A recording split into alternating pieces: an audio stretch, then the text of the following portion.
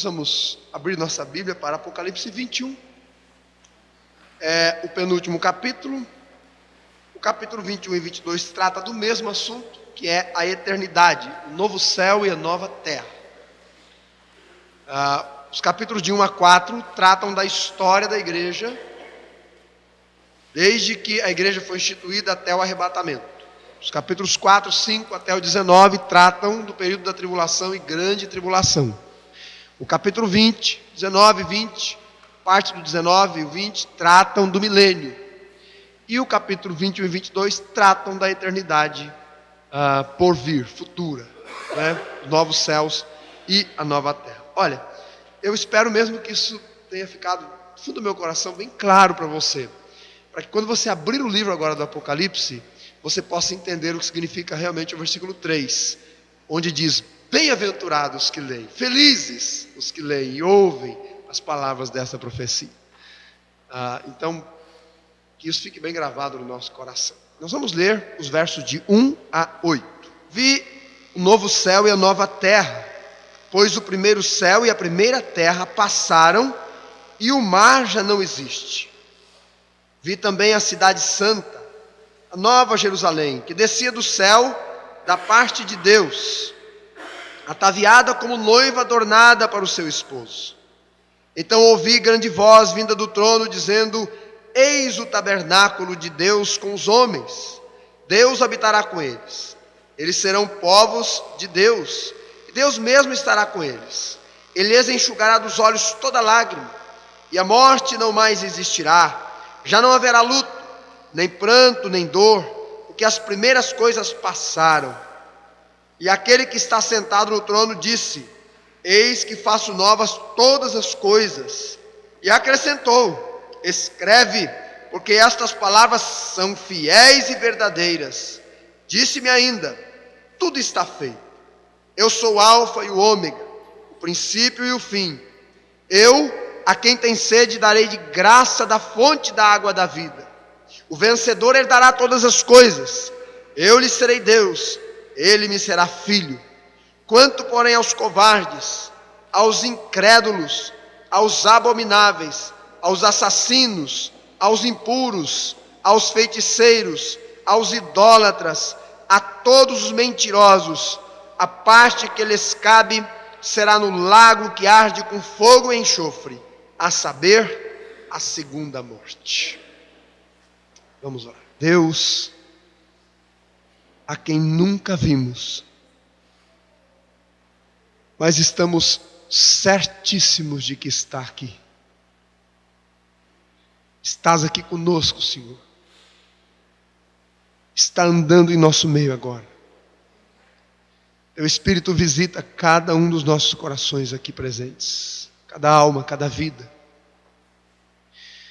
Diante do Senhor estamos, ainda que nunca te vimos, mas também estamos certíssimos de que muito breve está o dia, diante de quem nós estaremos. Ó Pai, traga essa luz, este ardor no nosso coração. Faça com que nós vivamos todos os dias da nossa vida com esta consciência, tanto como igreja, como pessoas, como indivíduos, como almas a quem o Senhor salvou, que é luz e sal. Ajude-nos a viver conscientes, dia após dia, da Tua presença. Pai Santo, abençoe a Tua palavra que o Senhor tem para o nosso coração agora. Que a graça do Senhor possa cobrir cada vida aqui. Que o Senhor mesmo seja servido e falar com cada um de nós o que o Senhor tem que falar. Em nome de Jesus. Amém. Um grande incêndio destruiu pelo menos um bairro em Chicago em 1871. Foi um dia muito triste para aquela cidade. Muito triste. Dezenas de pessoas morreram. Outras perderam tudo. Quem não morreu perdeu tudo. Uma dessas pessoas foi um evangelista chamado Moody. E depois do incêndio controlado, e as chamas apagadas, as pessoas começaram a voltar para os locais onde estavam as suas residências. E uma dessas pessoas foi o Moody. Ele voltou ao seu bairro, ele era bem conhecido já na região.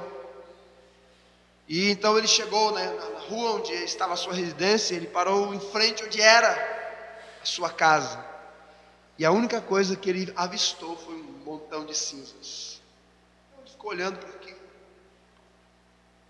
Enquanto ele estava ali parado, o conhecido não cristão se aproximou e falou a ele: Moody, apesar de você ser um homem de Deus, cristão, você perdeu tudo, não é mesmo? Tudo. Não te sobrou nada, todos os seus bens queimados, não é, Moody? Apesar de você ser um cristão, tudo se foi, não restou nada. Moody, com calma e serenidade, olhando para aquele homem, disse o seguinte: querido amigo, você não está vendo direito. Você entendeu mal a situação. Você não está vendo a realidade. Na verdade, o que me restou, muito, muito mais do que eu perdi. Como assim? Perguntou o homem. Curioso, né? Eu não sabia que você era tão rico. Você tinha mais de uma casa? Você era... Eu não imaginava. Então Moody abriu sua companheira e amiga Bíblia e leu para ele o que está em Apocalipse 21:7. Quem vencer herdará todas as coisas. Eu lhe serei Deus e ele será meu filho. Você percebe como é importante saber do céu? De que aquilo que a gente tem no porvir é muito melhor, muito mais do que nós temos hoje. Você entende por que é importante? Você entende por que é importante estar certo do céu, de ir morar no céu com o nosso Deus? Você entende como é importante viver dia após dia com o céu no nosso coração? Irmãos, hoje se fala tanto, há tão pouco sobre o céu. Canta-se tão pouco sobre o céu. As músicas de hoje não tem quase mais nada do céu. Mais nada. É tudo um apelo para o aqui e agora. Mas sabe, pensar no céu produz mudanças profundas em nossas vidas. É por isso que Jesus nos alertou para juntarmos tesouros no céu. É por isso que Paulo nos estimulou a pensar nas coisas que são do alto, de cima. É por isso que Jesus nos ensinou a orar para que seja feita a vontade de Deus no céu como na terra. Então, povoar os nossos pensamentos com o céu nos estimula a uma vida de santidade, diz 2 Pedro 3,14. O céu nos ajuda a enfrentar o sofrimento, Romanos 8,18. O céu nos ensina a renunciar agora em favor da herança futura, diz Hebreus 11:10 e 26, falando de Abraão e de Moisés. O céu, meus irmãos, é um lugar maravilhoso, onde está nosso Deus maravilhoso, nossos irmãos maravilhosos. O lugar maravilhoso onde nós estaremos. Paulo chega a dizer: as coisas que o olho não viu, que o ouvido não ouviu, que jamais penetrou no coração do homem, são estas as que Deus tem preparado para aqueles que o amam. Eu não sei como é que você pensa que vai ser a sua chegada no céu, mas eu tenho cá com meus botões umas ideias. Eu penso, por exemplo, que o dia que eu morrer, vão chegar talvez 1 ou 2 anjos, que foi isso que aconteceu com o Lázaro, né? E aí eles vão me pegar pelo braço, e vão me conduzir pelo céu. Eu sempre tive vontade de voar. Quantas vezes eu sonhei que estava voando? Puxa vida, né? E nesse dia vai ser real. E aí nós vamos cruzar esse céu, primeiro, segundo, até o terceiro céu, a casa do Pai. E eu imagino assim, irmãos, não é qualquer coisa não, viu? Aqui é, mas lá não. Imagina-se chegando e aquelas nuvens maravilhosas, e de repente aqueles portais de ouro enormes. E aí quando a gente vai chegando assim, aqueles portais começam a se abrir. Logo dos lados aqueles corais de anjos cantando lindas melodias.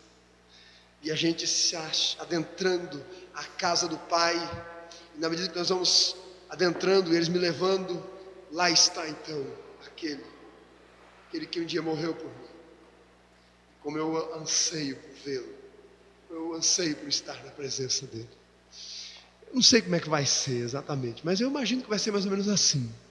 Um momento de muita felicidade, de muito gozo, de muita alegria, de muito prazer mesmo. Pense no céu. Isso faz bem para nós, irmãos. Faz muito bem para o nosso coração. Pense, se você ama a Deus, pense no céu. E aí ame a Deus, mas ame-o de todo o seu coração. Ame sobre todas as coisas. Ame-o ao ponto de realmente ter Jesus Cristo como seu Senhor e Salvador. Ame ao ponto de desejar-lhe obediência. Porque se você ama a Deus de todo o seu coração e pensa no céu, você vai morar no céu. Porque o céu é um lugar preparado para um povo preparado. E o povo preparado pensa no céu. Pense. O povo preparado é o povo que creu somente em Jesus como mediador e Senhor. Ah, mas talvez alguém vai dizer assim: pastor, esse negócio de céu, será que é verdade? Olha, pelo que eu estou vendo no mundo hoje, pastor, esse negócio de inferno, o inferno, pastor, é aqui mesmo. O inferno é aqui mesmo. O senhor não pode imaginar como é que é a minha casa. Se o senhor imaginasse como é que é a minha casa, o senhor não viu que o inferno é aqui mesmo. Meus vizinhos. Olha, eu não sei se você já deixou pensamentos passarem assim na sua cabeça. Mas eu quero dizer que se você chegou um dia a pensar que o inferno é aqui, eu quero dizer primeiro que você não é a primeira pessoa a pensar que isso é assim. Segundo, eu quero dizer que você está errado. O inferno não é aqui. O pastor estava fazendo evangelismo. E tinha uma pessoa que pensava isto.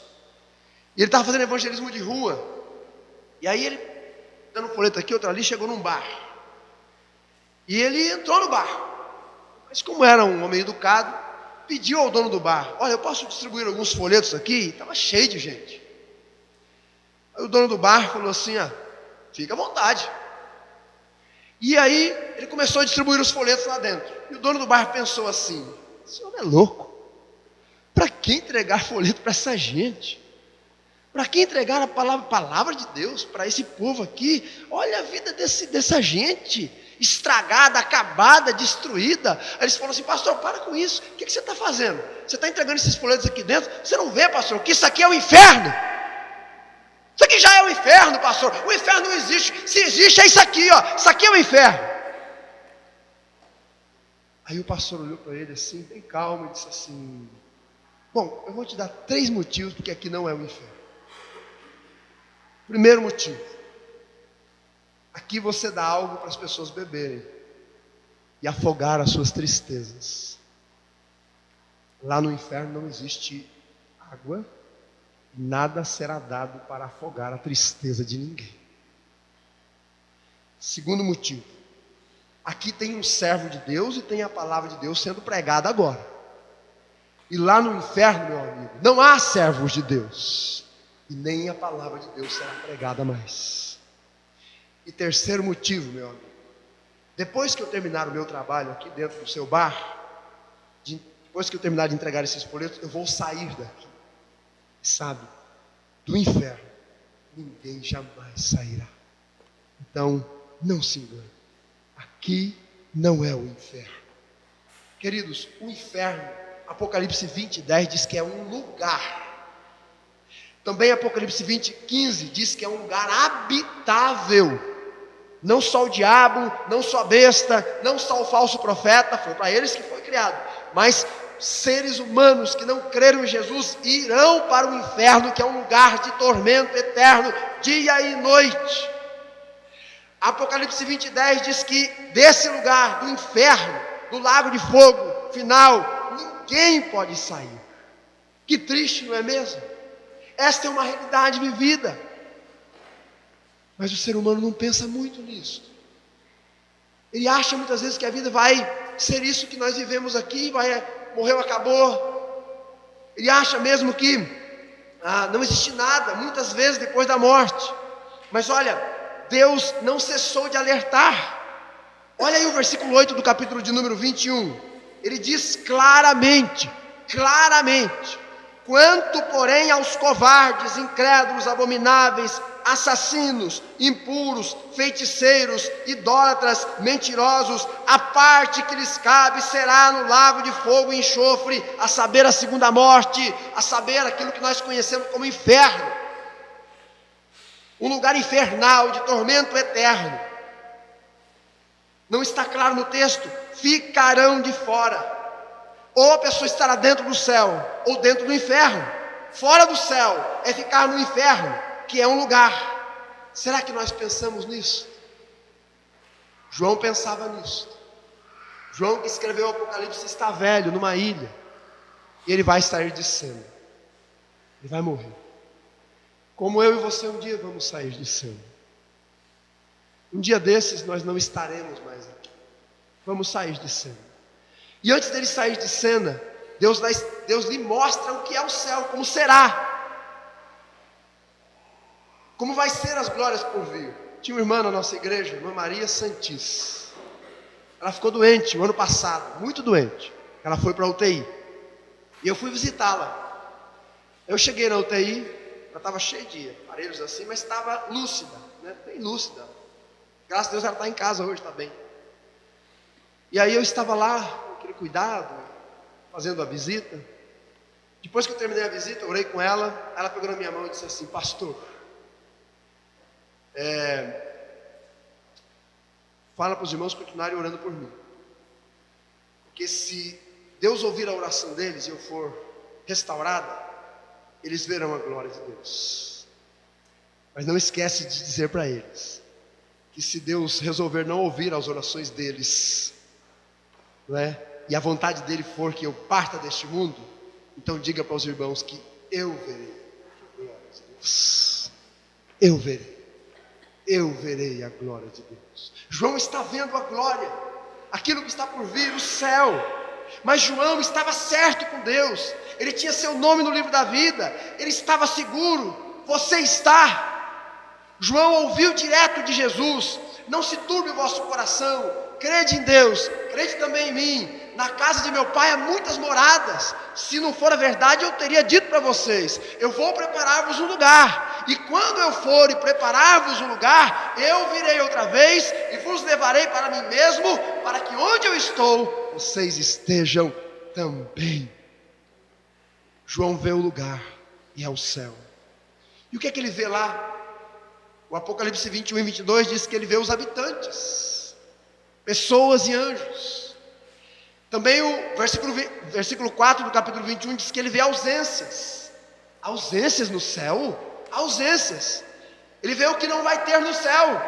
E é dito que não vai ter dor. É dito que não vai ter sofrimento. É dito que não vai ter enfermidades. É dito que não vai ter defeitos físicos, cansaço, fadiga, depressão, traição, decepção. Porque no céu, meus irmãos, surdos ouvem, cegos veem, aleijados andam. Por isso o céu é céu, pelo que não vai ter lá também. Tanto pelo que vai ter, quanto pelo que não vai ter. Lá não haverão lágrimas, não haverão choros, como nas ruas de Jerusalém. Queridos, vocês sabem, esse mundo às vezes é um val de lágrimas. Quantas vezes nós encharcamos nosso leito com nossas lágrimas. Choramos por nosso próprio coração pecaminoso, que nos leva a desobedecer a Deus. Choramos por causa do pecado de outra. Choramos por nossos filhos. Choramos por pessoas com quem nós conversamos de Jesus e que tiveram um fim trágico, como essa semana alguém teve aí. Choramos pelas coisas que não acontecem, e muitas vezes a nossa vida não é do jeito que a gente gostaria, e a gente fica sem rumo, e a gente encharca o nosso leito com nossas lágrimas. Choramos por nós, nossos filhos, nossa família, nossa igreja, nossa nação.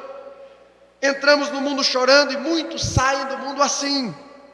E sabe, lá no céu não haverão lágrimas, não de tristeza. Deus é quem vai enxugá-las no nosso rosto. Não haverá luto, não haverá morte. a morte vai morrer e nunca mais vai ressuscitar. Ela será lançada no lago de fogo. Ela não mais separará, surpreenderá, tirará o rumo das pessoas. No céu não haverá mortuária, separação, acidentes, hospitais. Neste mundo, meus irmãos, a voz da vida é calada pela voz da morte. Minha irmã converteu-se aos 13 anos, 12 para 13 anos. Mas antes dela se converter, ela era muito dura. Nós ficávamos pregando para ela ali, ela era muito dura. Mas um dia, eu e meu irmão, o pastor Marcelo, chegamos em casa, ela estava sentada na área chorando. E ela disse assim, nós ficamos preocupados com ela. Por que você está chorando? Pensamos que tinha acontecido alguma coisa. E ela disse assim, eu queria saber como é que é o céu. Aí nós não sabíamos muito de como evangelizar, éramos novos convertidos, né? Muito chuco. A gente disse para ela assim, por que você quer saber como é o céu se você não vai morar lá? Belos evangelistas, né? Que cacetada, a pessoa já está chorando, você dá uma na orelha ainda e acaba de matar. Aí ela olhou para nós assim com as mãos, fez assim, então, é isso. Queria morar lá também.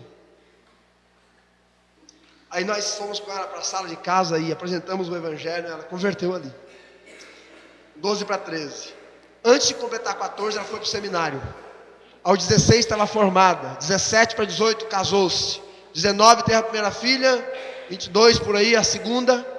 E durante todo aquele tempo ela foi missionária. Trabalhou em vários lugares aí. No Paraná, São Paulo. Por último, ela foi trabalhar em Arapongas, onde ela e o marido fundaram a primeira igreja batista regular de Arapongas. Mas há 6 anos atrás, mais ou menos, ela teve gripe suína. Em uma semana ela morreu. Aos 33 anos de idade. Ela morreu.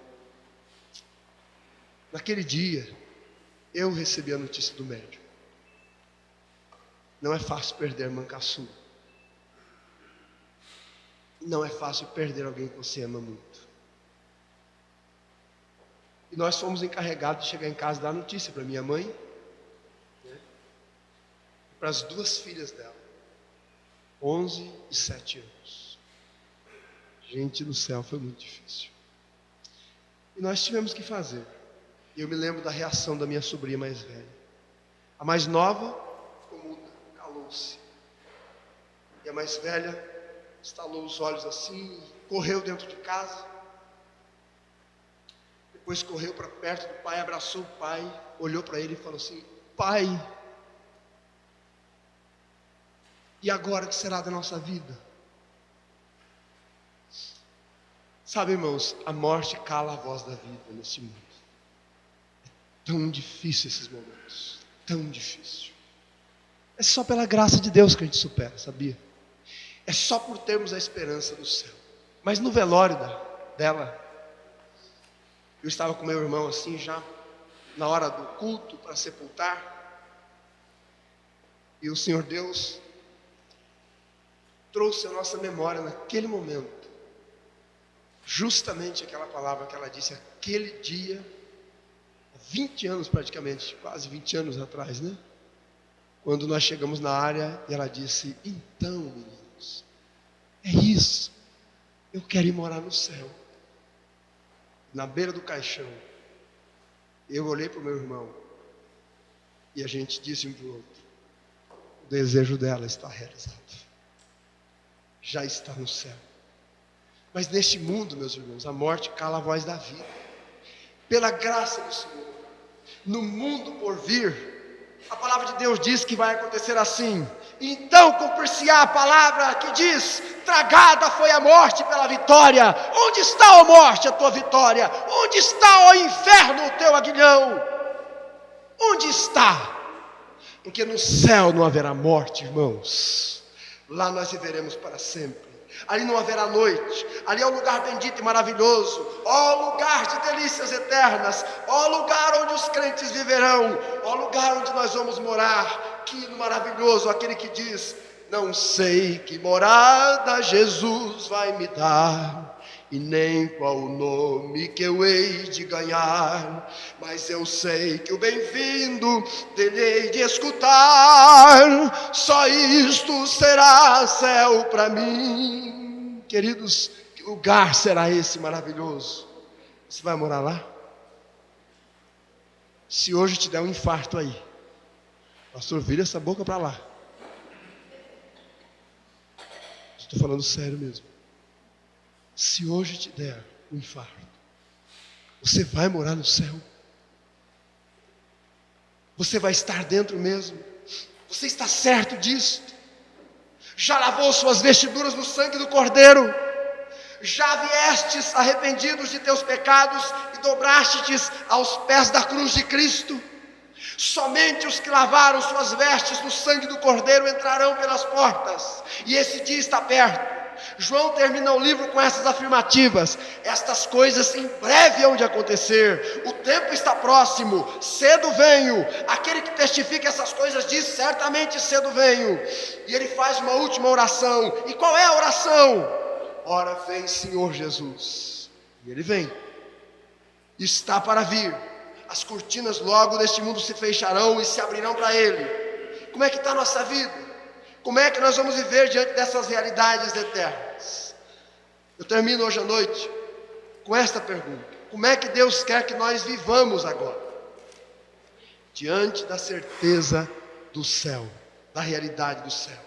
O que é que nós temos que fazer enquanto aguardamos? Não é? Como devemos viver? Primeiro, seja sóbrio, irmão, querida irmã e querida amiga. Vigie, esteja apercebido. É o que a palavra do Senhor Deus diz em Mateus 25:13. Vamos ler juntos, por gentileza? Vigiai, pois, porque não sabeis o dia e nem a hora em que o Filho do Homem há de vir. Vigie, esteja atento.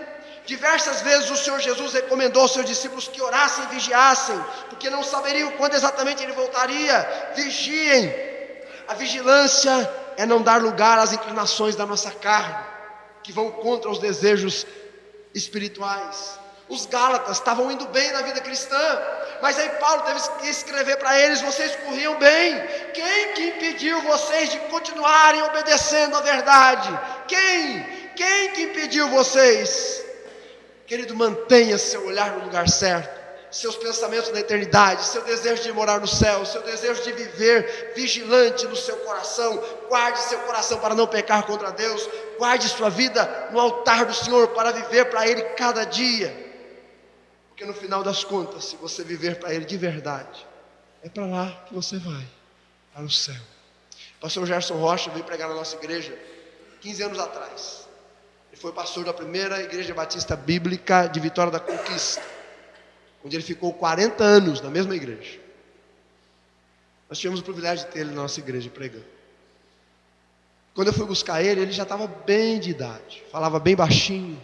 De vez em quando ele, sabe quando a pessoa desliga de quem está em sua volta e ele fica viajando no tempo? Dentro do carro eu estava dirigindo, ele do meu lado. Estava um dia bonito, uma tarde bonita. De repente ele fez assim com o braço.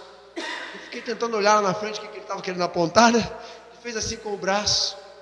E aí eu vi que ele estava apontando para as nuvens. De repente ele disse assim: ah, céu, é para lá que eu vou. Puxa vida, isso é vigiar o coração. É ter isso ardendo cada dia. Quando tudo vai mal, quando tudo vai bem. Nunca perder de vista essa vigilância. Eu sou do céu e é para lá que eu vou. Lembre-se disso. Segundo, obedeça a palavra do Senhor na sua vida diária. Vamos ler juntos? Por isso estai vós apercebidos também, porque o Filho do Homem há de vir a hora em que não penseis. A palavra de Deus está dizendo, ele há de vir. Obedeça a ela. Se ele está dizendo que ele vem, pratique o que ela manda, porque nela está a instrução para você ter uma vida correta, para ser achado de forma correta quando ele vier. Queridos, ao obedecermos esta ordem, estamos guardando em nosso coração e em nossa vida a prática a palavra de Deus. E quando guardamos a palavra do Senhor, ela nos guarda de pecar. É como aquele casal que eram casados assim bem recente, e aí a moça se converteu, a mulher se converteu. E o marido não. Ele era mecânico. E aí, na medida que eles foram vivendo, ela foi incentivando: vamos para a igreja, bem, vamos lá comigo no culto. Ele: não, e não, e não. Um dia, ela pegou o Novo Testamento dos Gideões, aquele pequenininho, e deu para ele. E ele pegou e levou com ele. E os dias foram se passando e ela começou a perceber que ele começou a mudar dentro de casa. Começou a tratá-la mais carinhosamente, ajudava nas coisas que tinha que fazer. Ele começou de falar, deixou de falar certos palavrões, e ela começou a pensar: ele está lendo a Bíblia. Ele está lendo a Bíblia. Aí um dia ela falou assim: eu vou fazer uma surpresa para ele. E na hora do almoço ela largou tudo e correu lá no serviço dele, na oficina onde ele trabalhava. E quando ela chegou lá, na hora do almoço, tinha várias aquelas rodinhas, o pessoal jogando baralho, e ele não estava nem ali nem lá. Aí ela perguntou para um: escuta, onde é que está meu marido? Aí o pai falou assim: eu não sei se é marido não, acho que ele virou crente, viu? Porque agora na hora do almoço ele fica lá dentro daquele quartinho, lá naquele negócio lá. Ela falou assim: isso mesmo, né? Graças a Deus. E aí ela foi lá, sabe quando você quer fazer uma surpresa? Você vai bem de mansinho por trás assim e quer dar aquele abraço, né? Ela foi fazer exatamente isso, mas ele percebeu. Quando ele percebeu, ele catou no testamento e escondeu. E ela estava nem aí, foi lá e abraçou ele: puxa vida, né? Estou tão feliz. Mas por quê? Porque estou tão feliz, você está sendo um marido tão bom, e eu tenho certeza que você está lendo. Cadê aquela Bíblia que eu te dei? E ele insistindo em não mostrar. Não, bem, está aí guardada. Não, eu quero ver se você está lendo, deixa eu ver. E de tanto ela insistir, ele com muita vergonha pegou o Novo Testamento, que era azul e branco. Era. Porque na oficina você sabe como é que é, né? De tanto ler, era azul e preto já. E ele com muita vergonha deu aquilo na mão dela. E ele falou assim: bem, olha, me desculpe, olha como está toda suja a minha Bíblia. Eu não sei, nem sei como reagir na sua presença. Aí que ela abraçou ele mesmo. Ela abraçou ele e falou assim: bem, que importa se essas páginas ficam sujas? O que vale é que na medida que você lê e obedece, a tua vida fica limpa.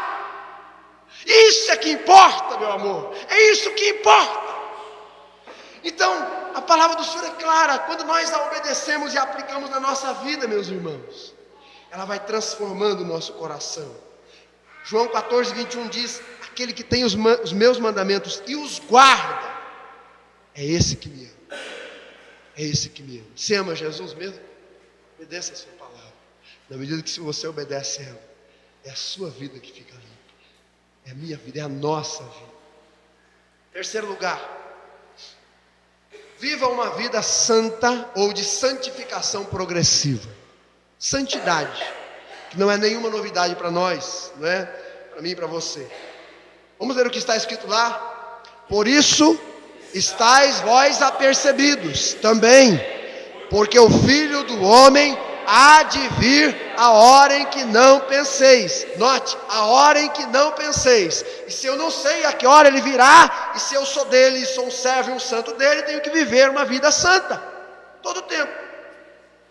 O que é santificar-se? É afastar-se do pecado, é aproximar-se cada vez mais de Deus com um coração puro e reto, é dizer não à concupiscência da carne, é rejeitar os padrões de vida deste mundo, desse sistema dominado e dirigido por Satanás. Se você vai estar com Cristo, não se deixe vencer pelo mal. Vença o mal com o bem.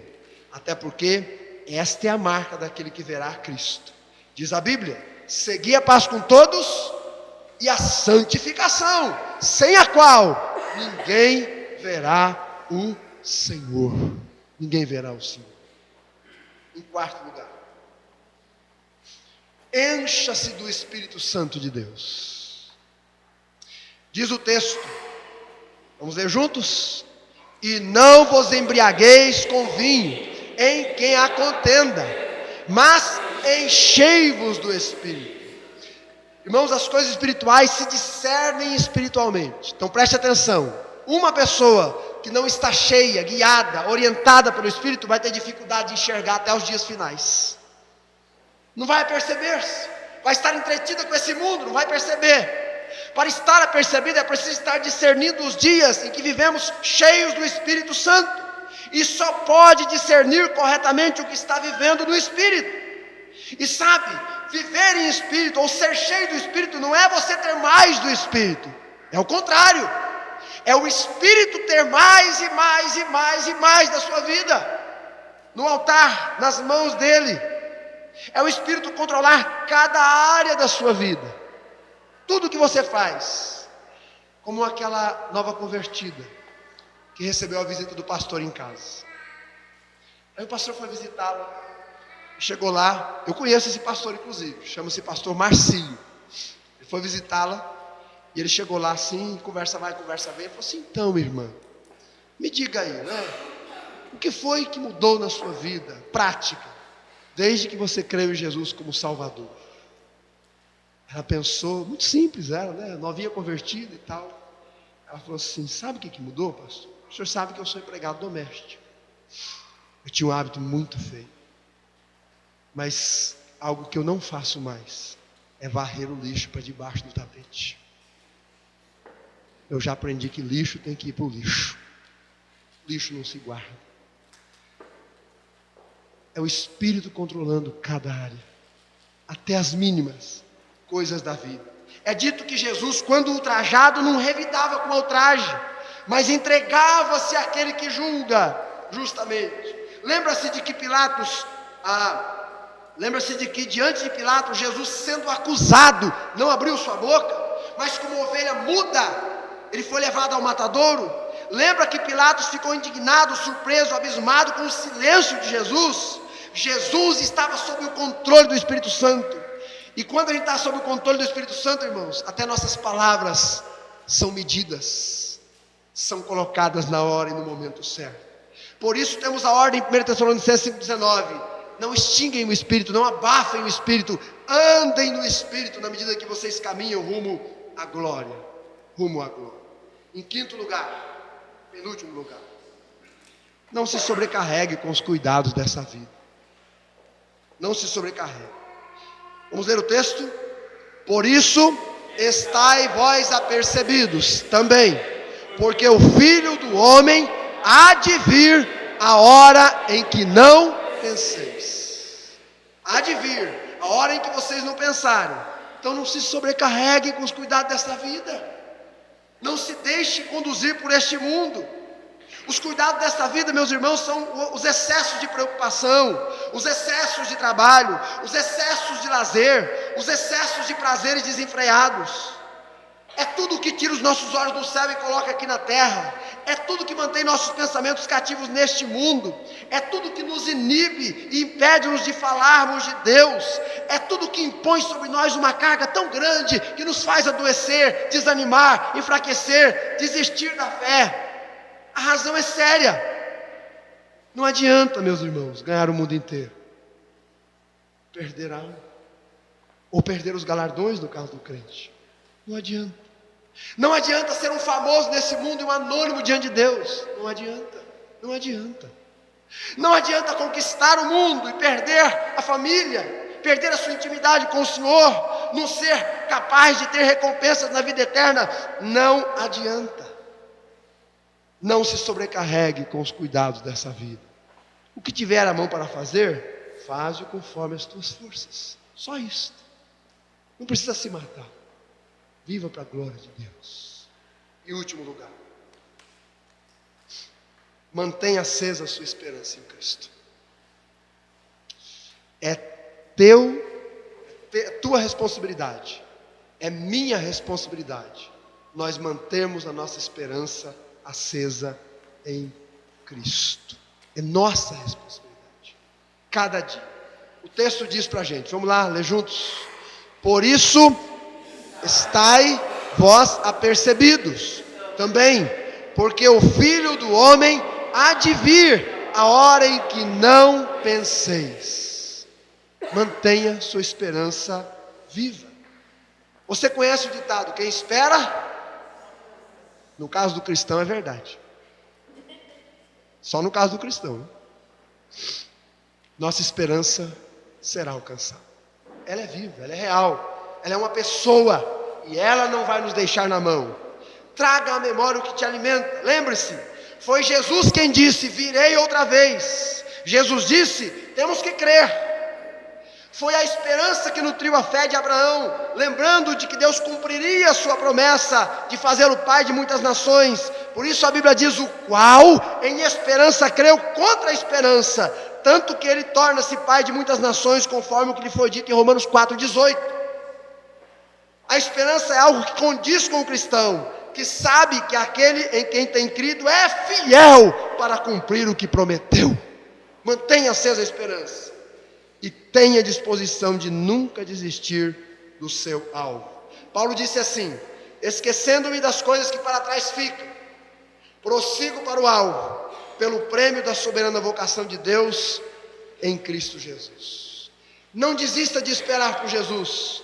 Mantenha acesa essa esperança. Não desanime. Não se afaste do caminho de Deus. Não seja achado longe do caminho quando Jesus voltar. Permaneça firme, porque aquele que disse que vem, virá e não tardará. Estai vós apercebidos. Foi o que o Senhor nos ordenou. Estamos, esta é a hora. Jesus ordenou. Jesus ordenou aos seus discípulos, porque não os queria encontrar despercebidos, como no Jardim das Oliveiras, porque os amava e nos ama, e porque não quer nos encontrar desprevenidos, de mãos vazias, porque não fizemos nada. Jesus disse: onde estiver o vosso tesouro, aí estará seu coração. Se meu tesouro e o seu é o reino do céu, vamos estar prontos, vamos batalhar, vamos seguir à frente. O livro termina dizendo: certamente, cedo venho, e ele virá. E sabe, irmãos, pode ser que nós estejamos fazendo o último culto, e depois só vamos celebrá-lo lá no céu. Talvez estamos realmente, no chegar, no momento em que o Senhor está pronto para descer. Eu quero terminar a conferência falando de um rapaz chamado Derby. Ele era um homem inquieto com a vida. Cansado de trabalhar como vendedor nos Estados Unidos, resolveu vender tudo que tinha. E vendeu. Comprou um pequeno sítio no interior do Colorado e começou a preparar o terreno para plantar. Na medida que ele plantava, ele encontrou uma pedra. E ele foi investigar. Não era uma pedra qualquer. Era uma mina. Aliás, era ouro. E com muita esperança e determinação, ele chamou seus parentes e amigos mais íntimos e formou um grupo. Compraram toda aquela região, compraram máquinas e ferramentas e tratores e começaram a cavar, na certeza que havia uma mina de ouro ali. Seus parentes e amigos começaram a trabalhar com ele, mas na medida que os dias foram passando e o ouro não aparecia, eles começaram a desanimar, e as brigas começaram a vir, e aí as indagações: onde está a mina? Onde está a mina? Onde está a mina que não chega nunca, que não vem nunca? Onde está? E os membros do grupo, um a um, foram pedindo de volta o dinheiro que tinha investido, e o Derby, para não ficar mal na situação, foi vendendo e foi dando, até que ele ficou sozinho no terreno e teve que vender o terreno para poder pagar as dívidas. Eles desistiram. Ele vendeu tudo e aí voltou para a cidade e começou a trabalhar como vendedor. Quando alguém não queria comprar, ele não insistia, logo desistia. Não vai querer mesmo, tudo bem. Então ele era um vendedor de seguros, fracassado e infeliz. Mas certo dia, quando ele acordou, ele comprou um jornal. Estava lá escrito assim: descoberta a maior mina de diamantes, ou a mina de ouro mais valiosa do mundo. E ele leu uma matéria interessada. Qual não foi a sua surpresa? Que a mina estava no terreno que ele havia vendido por desistir. E continuou a ler o jornal. E aí viu a declaração do proprietário, quando indagado pelos jornalistas: o que vocês fizeram para achar essa mina? Então eles disseram assim: não fizemos muito esforço, cavamos apenas 1 metro e a encontramos. 1 metro mais, e lá estava a mina. A Bíblia diz, meus irmãos: aquele que há de vir virá e não tardará. Não diz mesmo? Quanto tempo faz que Jesus disse isso? Já faz mais de 2000 anos, né? Será que nós não estamos apenas 1 metro? Use agora, aplique a linguagem figurada, né? Será que nós não estamos na véspera, no momento? Não desista, não desanime, vá em frente, Seja um ótimo crente, um ótimo filho, um ótimo marido, uma ótima esposa, mas acima de tudo, seja um filho de Deus obediente, um servo, alguém dedicado, alguém que ama o Senhor, alguém que o aguarda, alguém que ora pela vida de Cristo, alguém que trabalha para o Senhor, alguém que gasta a vida em tudo que faz para a glória de Deus. Pode ser que você seja um daqueles que vão ouvir os sons do arrebatamento e vão subir, encontrar o Senhor nos ares. E eu quero estar lá, se Deus me permitir. Que Deus nos ajude a seguirmos até o final, firmemente. Vamos orar. Querido Deus, nós queremos louvar o Teu nome pela Tua palavra, que nós temos ouvido nesses dias. Que não é nada de novo. Não é nada de descoberta nova. É a Tua palavra que muitos de nós já até conhecemos bem. Mas ela veio esses dias, Deus, nos desafiar para a certeza da vinda do Senhor. E para que a nossa atitude como igreja e a nossa atitude de vida mude. E nós queremos pedir a Deus que o Senhor nos dê graça para que isso se torne real na nossa vida. Então, Senhor, abençoe cada alma que está aqui, que ouviu a Tua palavra esses dias. E eu oro por aqueles, Senhor Deus, que ainda não tomaram uma decisão ao lado de Jesus Cristo, que não procrastinem mais, que não deixem mais para amanhã. Amanhã pode ser tarde demais, Senhor. Eu oro por aqueles, ó Deus, que têm ouvido, têm feito estudo bíblico, mas ainda não se rendeu aos pés da cruz. Que hoje à noite o Senhor realmente chame esta vida no Teu altar para a Tua glória, Pai, em nome de Jesus. E você que está ouvindo a palavra de Deus esses dias, se Deus moveu o seu coração para entregar-se a Cristo como Senhor e Salvador, se Deus tem chamado você à salvação, se você não tinha certeza e não tem certeza que vai morar no céu, mas ouvindo a palavra de Deus, você quer ter a certeza porque você precisa de Jesus, porque você admite que é um pecador perdido e crê em Jesus como Salvador, eu rogo que você não saia daqui esta noite sem antes tomar uma decisão ao lado de Cristo. Pai, obrigado pela Tua palavra, e obrigado porque o Senhor veio realmente trazer um avivamento no nosso coração, um despertamento. Nós somos cidadãos dos céus, e é assim que temos que viver, nesta expectativa, e sermos úteis em Tuas mãos. Permita-nos que nunca desanimemos, como o Derby e a sua família, 1 metro, Senhor, 1 metro. Permita, Senhor Deus, que nós perseveremos, que nenhum de nós aqui se perca, que ninguém desista, que nós prossigamos fielmente, Senhor, até o dia final, que nós sejamos achados fiéis, que nós sejamos achados, ó Deus, dedicados ao Senhor, servindo e Te esperando cada dia, Senhor.